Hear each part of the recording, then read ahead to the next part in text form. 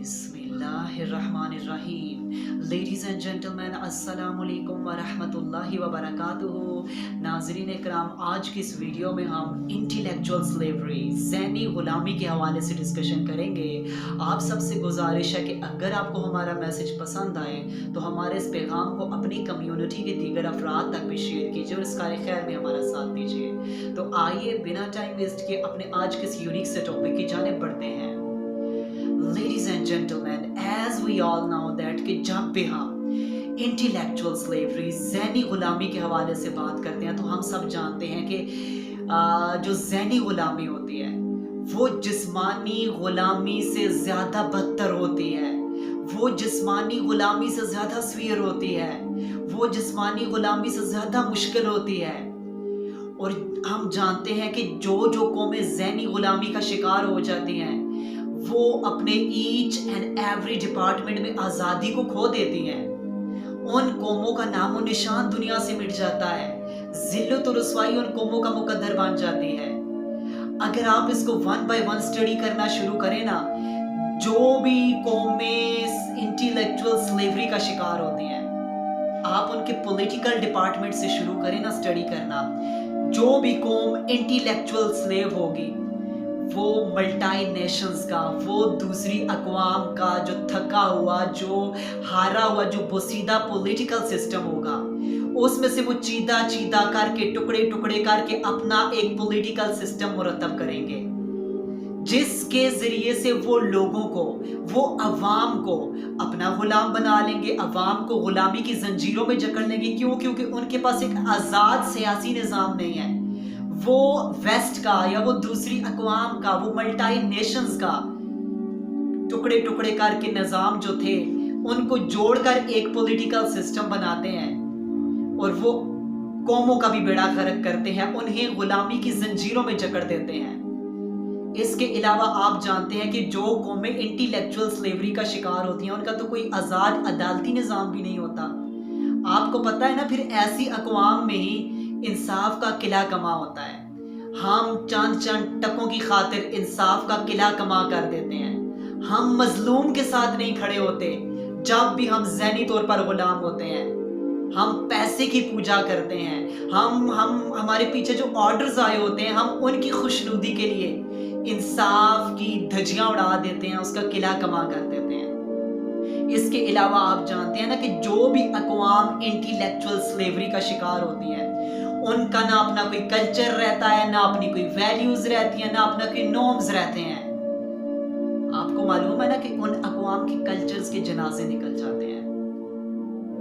आप देखते हैं ना फिर उनका उठना बैठना, रहन सहन, बोलचाल का स्टाइल, ईच एंड एवरीथिंग उधर से ग़ुलामी की झलक टपकती हुई नजर आती है।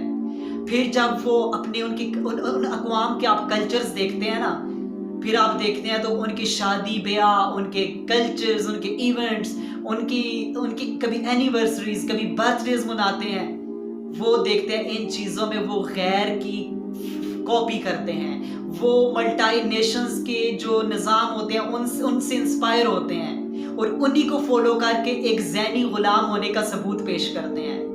उनके बोल चाल के स्टाइल देखे तो उसमें वो अपनी वैल्यूज अस्सलाम वालेकुम के बजाय वो हेलो एंड हे कहने पर फख्र महसूस करते हैं। वो अंग्रेजी में बड़ी बड़ी तकरीरें करने पर फख्र महसूस करते हैं जबकि उनके सामने सारे उर्दू स्पीकिंग लोग बैठे होंगे।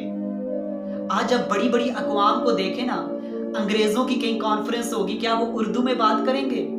चाइनीज की कोई कॉन्फ्रेंस हो रही होगी, क्या वो उर्दू या इंग्लिश में बात करेंगे? नहीं, वो लोग तो अपनी जुबानों में बात करते हैं। क्यों? क्योंकि वो आज़ाद अक़वाम होती हैं, वो आज़ाद अक़वाम होती हैं, उनकी अपनी लैंग्वेजेस होती हैं, उनके अपने नॉर्म्स होते हैं, उनके अपने कल्चर्स होते हैं, उनकी अपनी वैल्यूज होती हैं। इसके अलावा आप देखें तो फिर इसी ग़ुलामाना ज़हनियत में हम छोटी छोटी बोनी बोनी पर्सनैलिटीज़ को अपना रोल मॉडल बना लेते हैं। हम टिकटॉकर्स को फॉलो करने लगते हैं, हम वीलॉगर्स को फॉलो करने लगते हैं, हम डिप्रेसिड लोगों को फॉलो करने लगते हैं, हम सेलिब्रिटीज़ को, हम थर्ड क्लास पर्सनैलिटीज़ को अपना रोल मॉडल, अपना हीरो बना लेते हैं और हम हर वक्त उठते बैठते ईच एंड एवरीथिंग में उन्हीं को फॉलो करते हैं, जिससे हम अपनी लाइफ्स को तबाह करते हैं और हमारी हर आती नस्ल गुलाम इब्ने गुलाम पैदा होती जाती है। और जकड़ दिए जाते हैं। तो इसके लिए वक्त की सबसे बड़ी ज़रूरत यही है कि अगर हम चाहते हैं कि हम अपनी जो गुलामी की जंजीरें हैं, आज ये जो सारी वीडियो हमने जो बात की है, इसको सामने रखते हुए आज आप हमारी स्टडी करें ना, हम ईच एंड एवरी डिपार्टमेंट में गुलाम गुलाम गुलाम ज़हनी तौर पर गुलाम नजर आते हैं।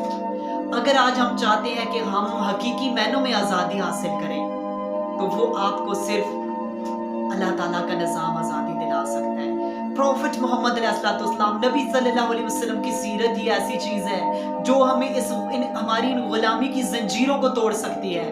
क्योंकि जब हम अल्लाह के निज़ाम को फॉलो करेंगे तो हम इंसानों की गुलामी से निकल जाएंगे। जब रसूल अलैहिस्सलाम की सीरा को फॉलो करेंगे तो एक अजीम लीडर की लाइफ को हम फॉलो कर रहे होंगे, ना कि हम छोटी छोटी बोनी बोनी पर्सनालिटीज को फॉलो करके डिप्रेशन का शिकार हो। हम एक अजीम लीडर की पर्सनालिटी को फॉलो करके दुनिया की क़यादत के लिए तैयार हो सकते हैं।